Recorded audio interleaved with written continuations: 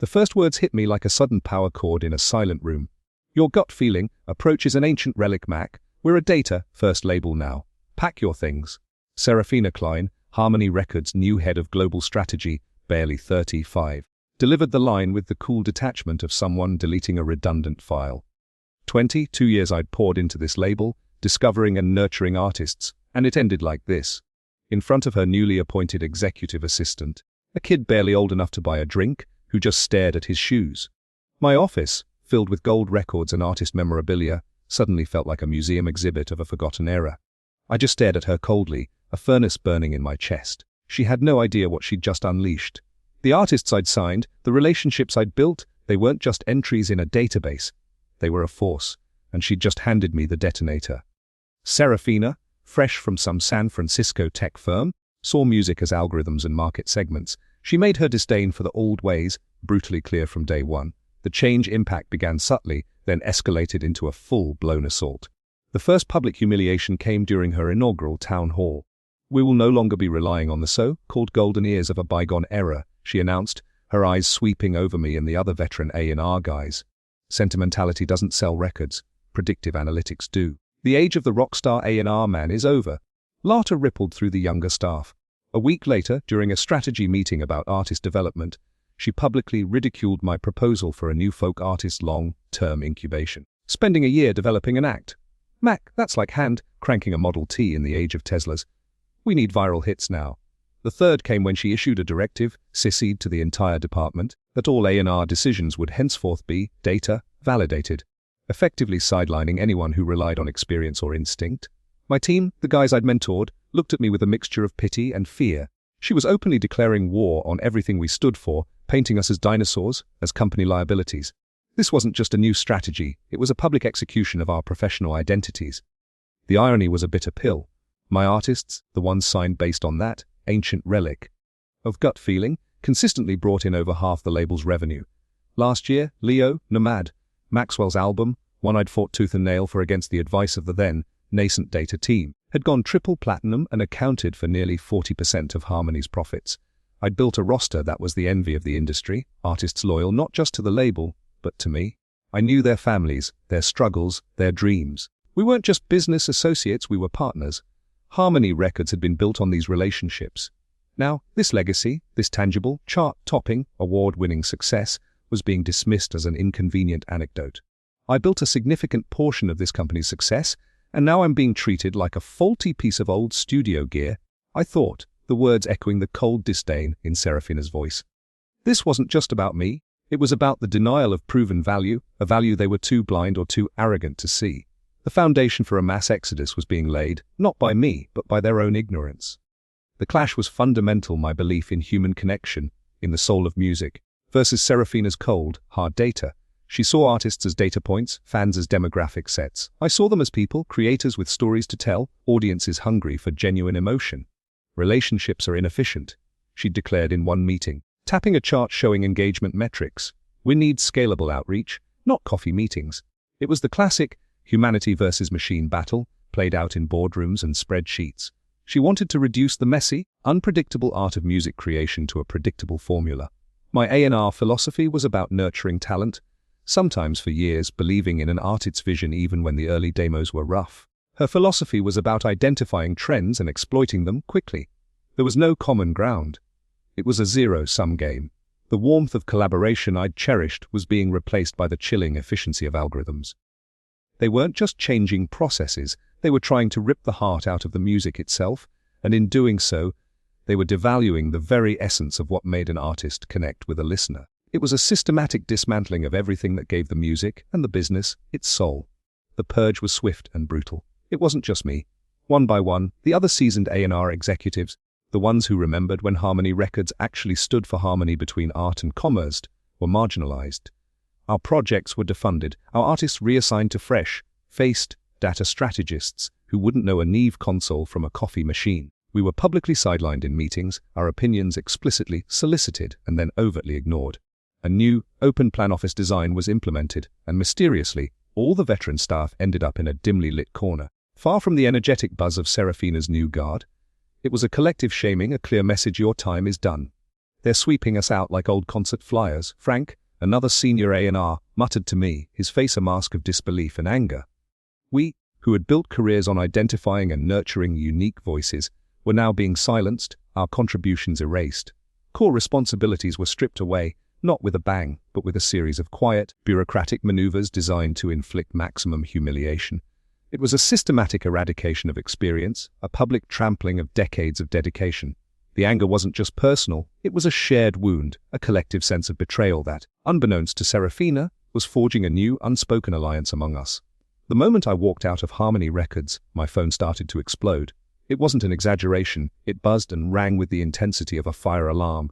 The first call was Leo Maxwell. "Mac, what the hell is this email I just got from some corporate suit about a new A&R alignment? They can't be serious. You are Harmony to me, man." His voice was a mix of disbelief and raw anger. Before I could fully respond, another call came in. Sarah Lynn, a Grammy-winning songwriter I'd championed when no one else would.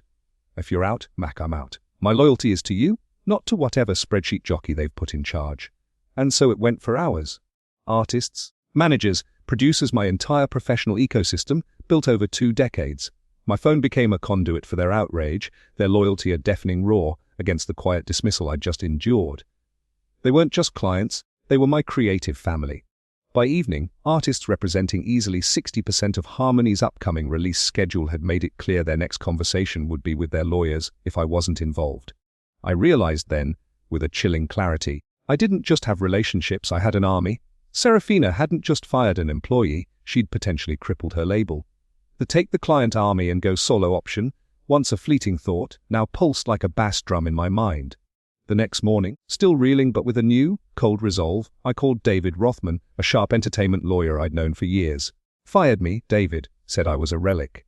I told him, skipping the pleasantries. He listened patiently as I recounted Serafina's speech and the subsequent artist uproar. "Non-compete," was his first question. "Standard 2-year, no working with Harmony artists or direct competitors." I replied. "Let me see it," he said. "But more importantly, Mac, what do you want to do?" That was the question. Revenge felt hollow. What I wanted was to keep making music, to keep working with artists I believed in, on my own terms. "They think my way is dead," I told David.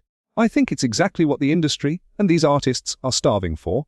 A week later, we sat in his office. "This non-compete," David said, tapping the document, "it's broad, but not airtight, especially given the circumstances of your dismissal and your pre-existing relationships. They can't stop you from using your general skills and knowledge. And if artists choose to follow you, especially if their contracts are up for renewal or have key man clauses tied to you, Harmony would have a fight on their hands to enforce it strictly without looking like bullies." He paused. "You could start a consulting gig, an independent production house. Be available, a production house." The idea resonated, not just advising, but actively creating. A path was clearing. The despair of the dismissal was slowly being replaced by a flicker of defiance, a spark of entrepreneurial spirit I hadn't realized I possessed.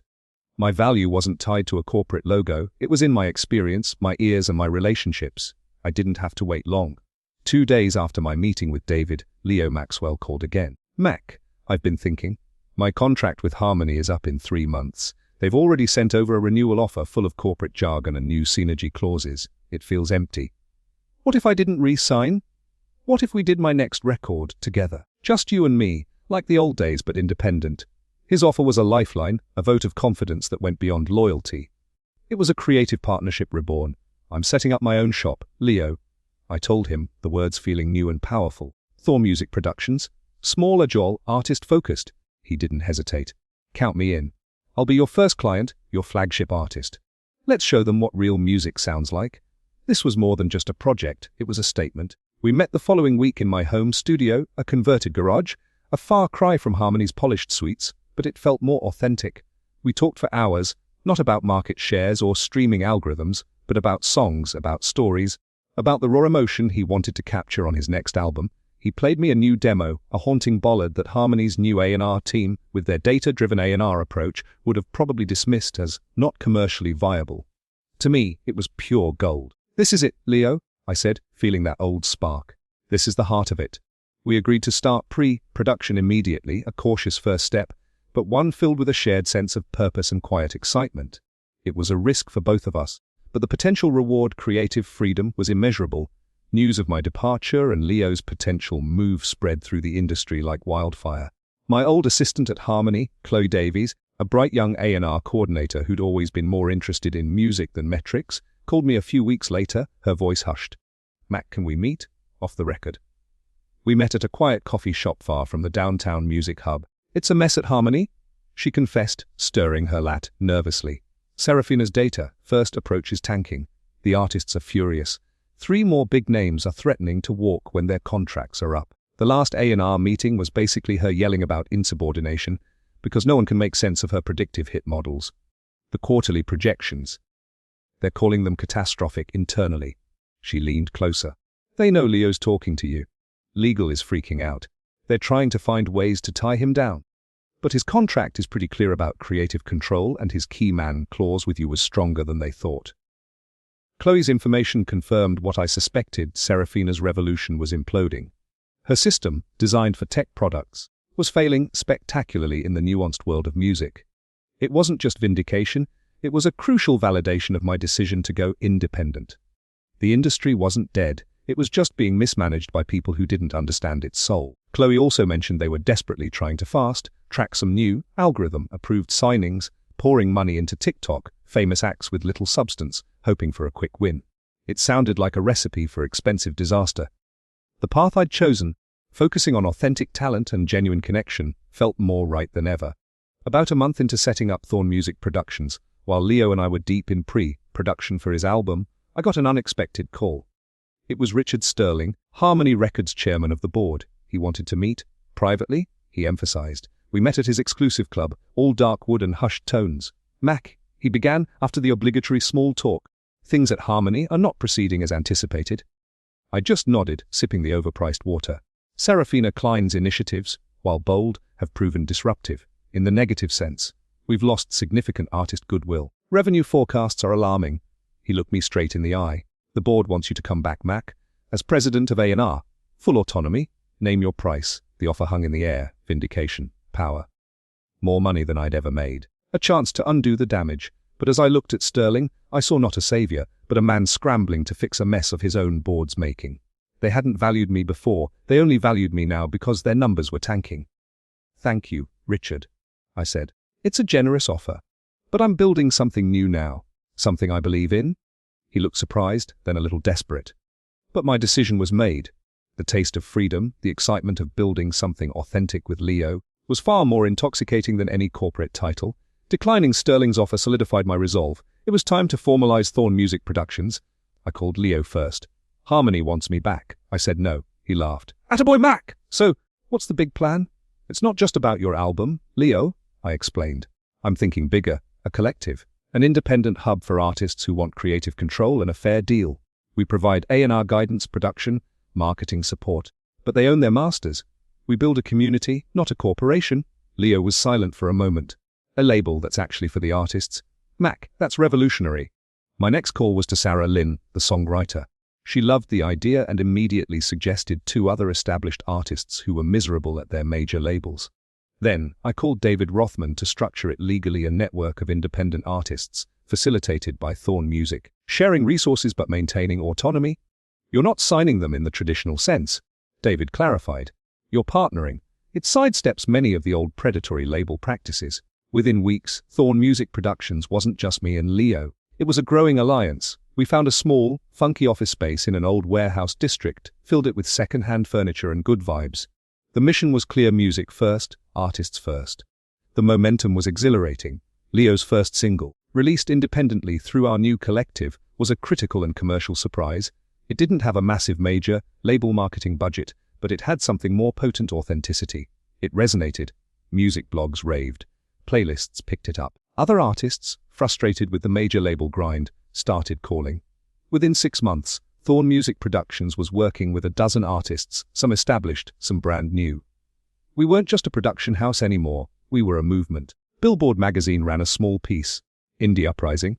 Thorn Music offers haven for artists. We focused on quality, on fair deals where artists retained control of their masters, a radical concept for many. Our overhead was low, our passion high. We used targeted social media, built genuine fan communities, and focused on touring. It was old-school artist development powered by new-school agility. The industry, so quick to dismiss me, was starting to pay attention. We weren't making a fortune, not yet, but we were making great music, and our artists were happy. That felt like winning. Meanwhile, the news from Harmony Records, mostly via Chloe's discreet updates and industry gossip, was increasingly grim. Serafina's data-driven signings were failing to connect. Their big bets on viral sensations fizzled out once the TikTok hype died. Their Q3 earnings report was a bloodbath, revenue down 30% year-over-year. Several top executives, Serafina's hires, had quietly resigned. One afternoon my phone buzzed, an unknown number. "Mr. Thorne? This is Eleanor Vance, legal counsel for Harmony Records." Her voice was stiff. "We are formally requesting you cease and desist from interfering with our contracted artists." I almost laughed. "Ms. Vance," I said calmly, "I haven't interfered with anyone. Artists are free to choose who they work with, especially when their contracts are up or when their labels fundamentally change the terms of their creative engagement. Perhaps you should ask why so many are choosing to leave Harmony rather than threatening the one they're choosing to join." There was a long silence. The threatened lawsuit never materialized. The power dynamic had palpably shifted. They were bleeding, and we were thriving on a different model. Thorne Music Productions kept growing. We moved to a larger space in the same warehouse district, built a proper recording studio, and hired a small, dedicated team, people who loved music, not just spreadsheets. We now had over 20 artists in our collective, a diverse roster spanning folk, rock, soul, and indie, pop. We weren't just a label, we were a support system. We organized showcases, shared marketing resources, and even started our own small distribution network. I was working harder than ever, but it didn't feel like work. It was a mission. I was back in the studio, sleeves rolled up, doing what I loved, making records, shaping sounds, helping artists find their voice. My desk was a chaotic mess of demo CDs, lyric sheets, and coffee cups, and I wouldn't have it any other way. We were building a reputation for being fair, transparent, and artist-centric. The old gut feeling Serafina had mocked. It was now the cornerstone of a thriving, respected independent music company. One morning my assistant buzzed. "Richard Sterling on line 1. This time his tone was different. "Humble, Mac," he said. Harmony, we've been watching what you're doing. Impressive." "Very impressive." He cleared his throat. "Serafina Klein is no longer with the company. The board has re-evaluated our strategic direction." I waited. "We were wondering," he continued, "if Thorne Music would consider a strategic partnership. Perhaps distribute some of our newer developing artists, give them that Mac Thorne touch." I smiled. The irony was rich. "Richard," I said gently, "we're not really in the business of fixing other labels' problems. But I appreciate the call." After I hung up, I walked through our bustling office. Artists collaborating, our small team buzzing with energy. Leo Maxwell was in the studio, laying down vocals for his second album with us, on track to be even bigger than the first. Getting fired from Harmony Records wasn't the end. It was the explosive, terrifying, ultimately liberating beginning of something far more meaningful. It forced me to build something true to my values, something that put the music and the people who make it first. And that, I realized, was the sweetest sound of all.